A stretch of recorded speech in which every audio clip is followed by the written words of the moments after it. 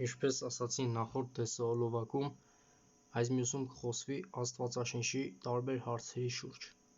Առաջի հարցն այն է, թե ընդհանրապես Աստվածաշունչը, երբ որ գրված է Աստծո կողմից, հարց է առաջանում. ով է Աստված և ընդհանրապես ում պետք է հավատանք։ Ինչպես հայտնի է, Աստվածաշնչում խոսվում է մեկ Աստծո մասին, սակայն այն ներկայանում է որպես 3 անձով՝ Հայր, Որդի, Սուրբ Հոգի։ Ինչպես հասկանալ այս մեկ Աստված և 3 անձ։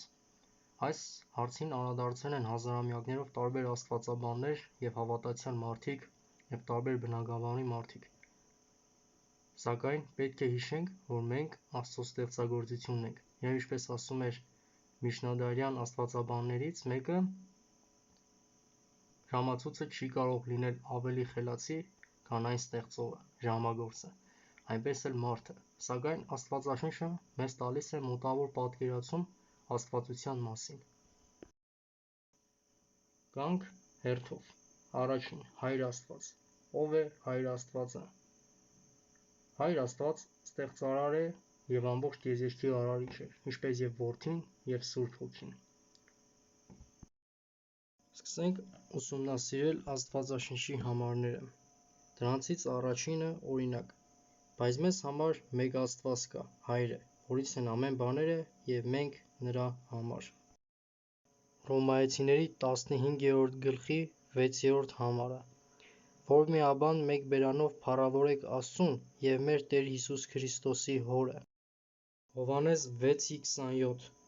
որովհետև Աստված Հայրը կնքեց նրան։ Հովհաննեսի ավետարան 20-րդ գլուխ 17-րդ համար. ելնեմ դեպի իմ Հորը և ձեր Հորը, իմ Աստծուն և ձեր Աստծուն։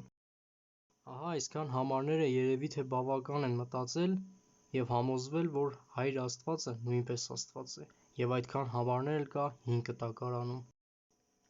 Հայր Աստվածը արարիչ Աստված է և փրկիչ է։ Աշխարհում ամեն բան գնում է Աստծո կամքով և Աստծո համար։ Հայր Աստվածն է ղեկավարը ամբողջ աշխարհի և ամեն ինչ նրան է պատկանում։